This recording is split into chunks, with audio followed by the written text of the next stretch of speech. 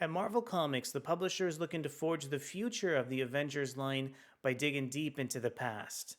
In fact, the publisher even resurrected the fan favorite series called West Coast Avengers with a brand new premise.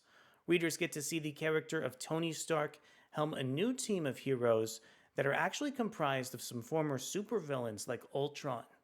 My name is Oracle Braddock, and today, let's go ahead and witness the brand new team dynamics and former supervillains comprised of the latest volume of West Coast Avengers. Before we get deeper into the video, I want to encourage you to consider subscribing to the channel. Okay, let's introduce our creative team on the new West Coast Avengers. This one is written over from Jerry Dugan, featuring artwork from Danny Kim. We have colors from Arthur Hesley, letters from VC's Joe Caramagna, and the cover for West Coast Avengers is illustrated by Ben Harvey. I love the interesting cast making up this series, comprised of figures like Tony Stark, War Machine, Spider-Woman, Firestar, and even Ultron himself, who we previously referenced here. Let's also take a look at our first interior page of this series, coming in from Adventures in Poor Taste, illustrated by the excellent Danny Kim. I love how this sequence shows off some of the captions from Tony Stark before teasing a mysterious figure in the second panel of the page. And that figure is revealed to be none other than Ultron, saving some bystanders from a burning building and taking on a brand new role for this series. Next up, I want to go ahead and spotlight Tony Stark's role in the comic book. West Coast Avengers does a great job referencing the individual continuity for so many characters, especially when it comes over to Tony Stark Iron Man. In fact, Tony Stark is in a really interesting place as he's recently been cut off from his Mysterium armor following the most recent run of Iron Man.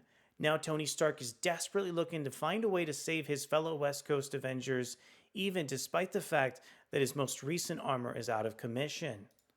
On the next page, we get to see the fact that Tony Stark is actually looking for a storage closet housing an old Iron Man suit that he's able to go ahead and wear to protect some of his fellow Avengers. Artist Danny Kim is incredibly versatile over in the comic book. He's able to create some really tense facial expressions over from Ultron, really capitalized by some moments of humor with characters like Blue Bolt and Iron Man featured later on in the comic book page. There's some really excellent uses of negative space and panel bleeds that really just show how much thought that Danny Kim is putting into some of the artwork in terms of really depicting the subtext over from Jerry Dugan's scripting here. In terms of some of the greater subtext for the series, I really like how the relationship between Spider-Woman and Tony Stark is developing in the comic book. In fact, Spider-Woman even asked Tony a really fascinating question involving what happens for the rest of the team if Ultron actually goes haywire. Thankfully, though, both Jerry Dugan and Iron Man actually have a response and say that there's a contingency plan in the works should the worst come to happen for the series. So I love just how much foreshadowing and subtext that one exchange brings to the surface between these two characters. And I also think the relationship between Spider-Woman and Iron Man is getting really interesting as well, just from this first issue alone. Another character who has a really surprising first appearance here is Firestar, who's actually still reeling from some of the events of the most recent X-Men series where she was undercover at Orchis. Firestar is actually at the bar with no name before she gets the fated call with Tony Stark, teasing the fact that she might actually be joining the team here. I love how deep and dark Dugan is able to get with the characterization for Firestar and how he still holds on to so many of those plot threads from the X-Men series to really show just where she's headed next as a character.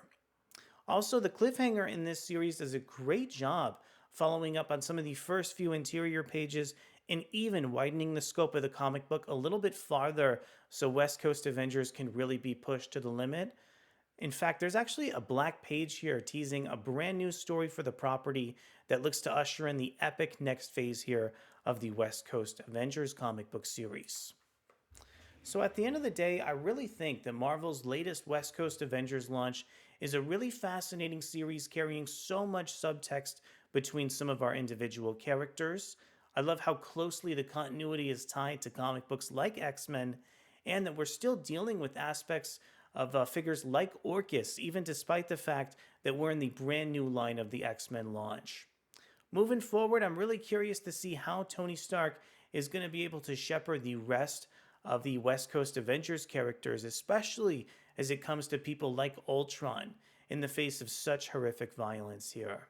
But I want to know from you, what are some of your thoughts over on this brand new volume of West Coast Avengers?